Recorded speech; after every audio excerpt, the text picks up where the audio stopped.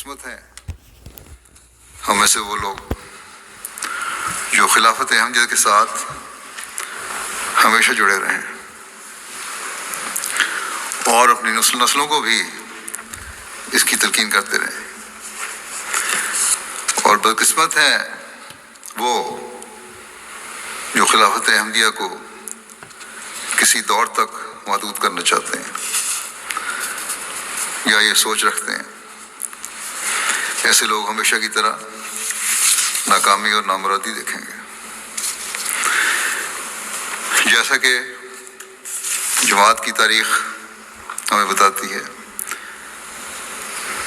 कि मुखालिफिन थे, उन्होंने खिलाफत उला या खिलाफत सानिया के इंतखाब के वक्त नाकामियाँ देखी।